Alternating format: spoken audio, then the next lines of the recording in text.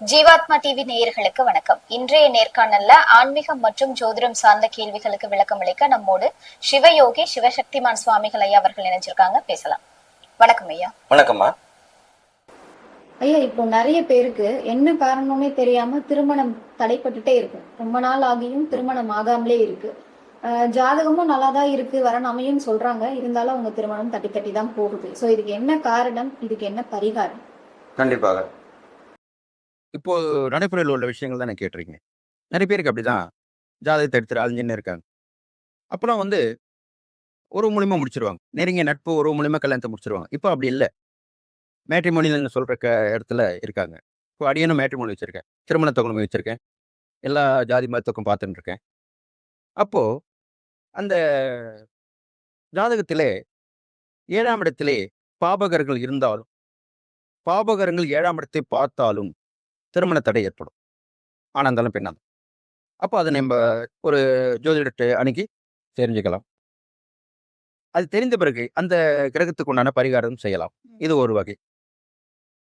அப்படியே நடக்கலை அப்படின்னும் போது சில கோயில் சொல்லியிருப்பாங்க, போயிருப்பாங்க. திருமண தடைக்குன்னு உண்டான கோயிலெலாம் இருக்கும். அங்கே போய் கூட நடக்கலன்னு நிறைய பேர் சொல்லியிருப்பாங்க. அப்போ என்னன்னு பண்ணணும்னாக்கா, இதுக்குன்னு இந்த திருமணம் நடக்கிறதுக்காக என்ன பண்ணணும்னா, இருமணம் கலந்தால்னா திருமணம் சொல்லுவாங்க. அப்போ சக்தியும் சிவனும் இணைந்தது அர்த்தநாரீஸ்வரர். திருமண தடைக்கு பிரதானமான கோயில் அர்த்தநாரீஸ்வரர் கோயில் செய்யணும். திருச்செங்கோல்ல இருக்கு. இங்க சென்னையில நங்கநல்லூர்ல இருக்கு. அது இல்லாம நிறைய இடத்துல இருக்கிறது. அது நீங்க விசாரிச்சு அர்த்தநாரீஸ்வரர் ஆலயம் சென்று வர வேண்டும். ஒரு வெள்ளிக்கிழமை, நிறைஞ்ச வெள்ளிக்கிழமை, வளர்வரையில் வெள்ளிக்கிழமையில் இருக்கணும். போயிட்டு ஒரு அகல் விளக்கில் 2 திரி இணைஞ்சிருந்தா 2 பாம்புக்கு எரிஞ்சிருக்கும் பாரு, அந்த மாதிரி ஒரு அகல் விளக்குல 2 திரியை போட்டு ஏற்றி விட்டு வர வேண்டும். இது தொடர்ந்து ஒரு 11 வெள்ளிக்கிழமை பண்ணிட்டு வரலாம். அர்த்தநாரீஸ்வரர் கோயில் இது பண்ணிட்டு வந்தா அந்த திருமண தடை அகலும். இது ஒரு வகை. இது இல்லாமல் சாபம், ஏதோ ஒரு பிரச்சனை இல்லை, சாபம் விட்டுருப்பாங்க. அந்த பொண்ணு கல்யாணமே நடக்கூடாது, அந்த பையனுக்கு கல்யாணமே நடக்கூடாது அப்படின்னு சொல்லி சொந்த பந்தங்களில், உற்றார் உறவினர்களில், நட்பு வகையில் ஏதோ ஒரு பிரச்சனை சண்டையில் சாபம் விட்டுருப்பாங்க.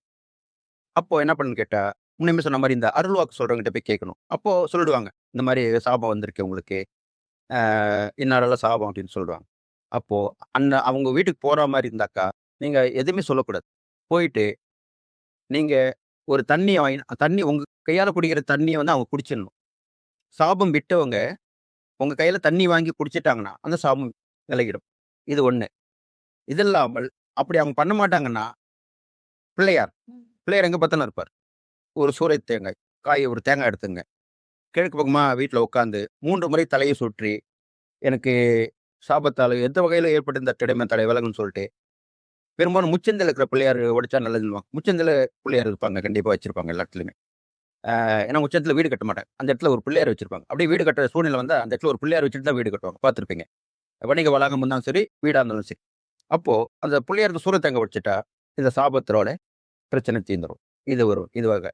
இது இல்லாமல் இவங்க கர்மாக்கள்னு அது தொடர்ந்தே வரும். முன் ஜென்மத்தில் வரும், பின் இந்த ஜென்மத்தில் நடக்கும்.